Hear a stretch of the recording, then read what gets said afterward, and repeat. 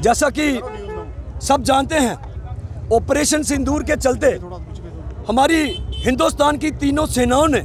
जिस शौर्य के साथ पाकिस्तान को मुंह तोड़ जवाब दिया है, हिंदुस्तान का मान सम्मान बढ़ाया है। लेकिन बड़े दुख के साथ कहना पड़ता है कि भारतीय जनता पार्टी जो कि एक तरफ तिरंगा रैली निकाल के भारतीय सेना जिंदाबाद करती है, वहीं दूसरी तरफ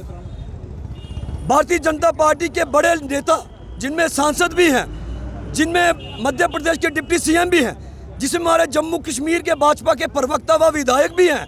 जो कहते हैं कि भारतीय सेना, एक कहते हैं कि भारतीय सेना प्रधानमंत्री जी के चरणों में नतमस्तक है, दूसरे कहते हैं कि कर्नल सोफिया कुरैशी हमारी कहूँगा हिंदुस्तान की बेटी जिन्होंने ऑपरेशन सिंदूर को लीड किया था, वो कहते हैं कि आतंकवादियों की बहन है। वहीं बात करें हम जो हमारे जम्मू कश्मीर के भाजपा के प्रवक्ता व विधायक जो कहते हैं कि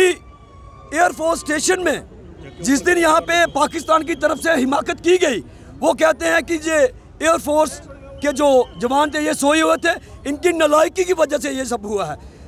और हम ये मांग करते हैं इस रैली के माध्यम से प्रधानमंत्री जी से, गृह मंत्री जी से और पूरी भारतीय जनता पार्टी से कि इतने सेना का अपमान करने के बावजूद इन तीनों नेताओं पे अभी तक भारतीय जनता पार्टी की तरफ से कोई बयान क्यों नहीं आया। बयान ही नहीं, हम तो ये मांग करते हैं कि इनको निलंबित क्यों नहीं किया, इनको पार्टी से बाहर क्यों नहीं किया। अगर यही बयान किसी और पार्टी ने दिया होता, मुझे लगता कि अब तक वह जेलों के पीछे बीजेपी ने डाला होता। लेकिन क्यों, कथनी और कथनी में अंतर क्यों, दोहरा मापदंड क्यों। आज हमने रैली के माध्यम से बीजेपी से ये मांग करते हैं कि इनको सस्पेंड किया जाए। और आज हमने यहाँ पे रैली में हमारी जो सेनाओं का मनोबल बढ़ाने के साथ साथ डीसी ऑफिस में पहुंचकर हम डीसी मैम से मुलाकात करके उनको लिखित में एक ज्ञापन सौंप रहे हैं। और उस ज्ञापन में हमने ये मुख्य मांगे जो हमारी है कि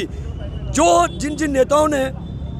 सेनाओं का अपमान किया है, उनके खिलाफ देशद्रोह का मुकदमा दायर किया जाए। नहीं तो आने वाले दिनों में हमारी तरफ से, कांग्रेस की तरफ से पूरे देश भर में इससे भी उग्र आंदोलन किए जाएंगे। जैसा कि सब जानते हैं, ऑपरेशन सिंदूर के चलते हमारी हिंदुस्तान की तीनों सेनाओं ने जिस शौर्य के साथ पाकिस्तान को मुंह तोड़ जवाब दिया है, हिंदुस्तान का मान सम्मान बढ़ाया है। लेकिन बड़े दुख के साथ कहना पड़ता है कि भारतीय जनता पार्टी जो कि एक तरफ तिरंगा रैली निकाल के भारतीय सेना जिंदाबाद करती है, वहीं दूसरी तरफ भारतीय जनता पार्टी के बड़े नेता जिनमें सांसद भी हैं, जिनमें मध्य प्रदेश के डिप्टी सीएम भी हैं, जिसमें हमारे जम्मू कश्मीर के भाजपा के प्रवक्ता व विधायक भी हैं, जो कहते हैं कि भारतीय सेना, एक कहते हैं कि भारतीय सेना प्रधानमंत्री जी के चरणों में नतमस्तक है, दूसरे कहते हैं कि कर्नल सोफिया कुरैशी हमारी कहूँगा हिंदुस्तान की बेटी जिन्होंने ऑपरेशन सिंदूर को लीड किया था, वो कहते हैं कि आतंकवादियों की बहन है। वहीं बात करें हम जो हमारे जम्मू कश्मीर के भाजपा के प्रवक्ता व विधायक जो कहते हैं कि